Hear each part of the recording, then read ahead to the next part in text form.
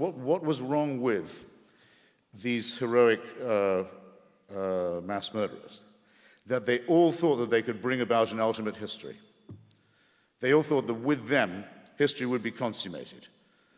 History would in fact come to an end. They were messianic. The whole problem to begin with is the idea that human beings can be perfected by force, or by faith, or by conquest, or by inquisition. That can take an explicitly religious form or just another messianic form, but it reinforces the point I began with. Take nothing for certain. Don't believe in any absolutism. Don't believe in any totalitarianism. Don't ask for any supreme leader in the sky or on earth, for that way lies madness and torture and murder. D'Souza believes that the religious stuff was all just window dressing. Hitler. Now, here we have to be a little careful, because in Mein Kampf, Hitler has a long section on propaganda in which he says, do not be afraid to lie to make your case. There is a book edited by the distinguished historian Hugh Trevor Roper called Hitler's Table Talk. It gives detailed accounts assembled by Martin Boring himself. I've never heard of Martin Boring. Maybe it's because he was the world's least interesting Nazi. I think Dinesh means Martin Bormann. Of Hitler's views on a wide range of subjects. Hitler hated Christianity. He was not a religious believer. He might have been some sort of a Teutonic pagan. He might have believed a weird form of ancient polytheism, but no recognizable form of monotheism, and he detested Christianity. If he believed in some kind of pagan polytheism, how the fuck does that mean that he wasn't a religious believer? Does D'Souza think that pagan polytheism isn't a religion? So I'm doing the Lord's work was tactical. He wanted the support of the Bavarian Catholics and the Lutheran Protestants, and so he invented what he called the Aryan Christ, the Christ who comes back to avenge himself on the Jews. The churches didn't go for it. So this is a complex history. I've written about it myself. The bottom line of it is, my point isn't that Hitler was an atheist. Then why the fuck did you include him in a list of atheist dictators?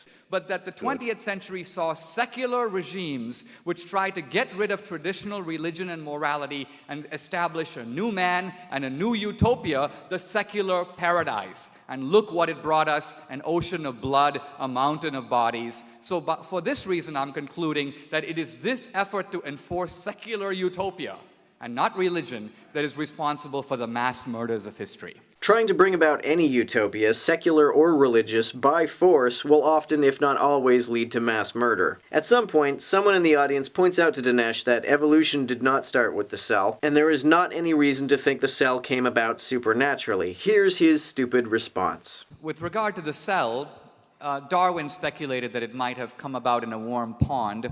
In the 1950s, there were some experiments that generated some amino acids, and there was a lot of excitement thinking that there might be a way to recreate in the laboratory the ingredients of life.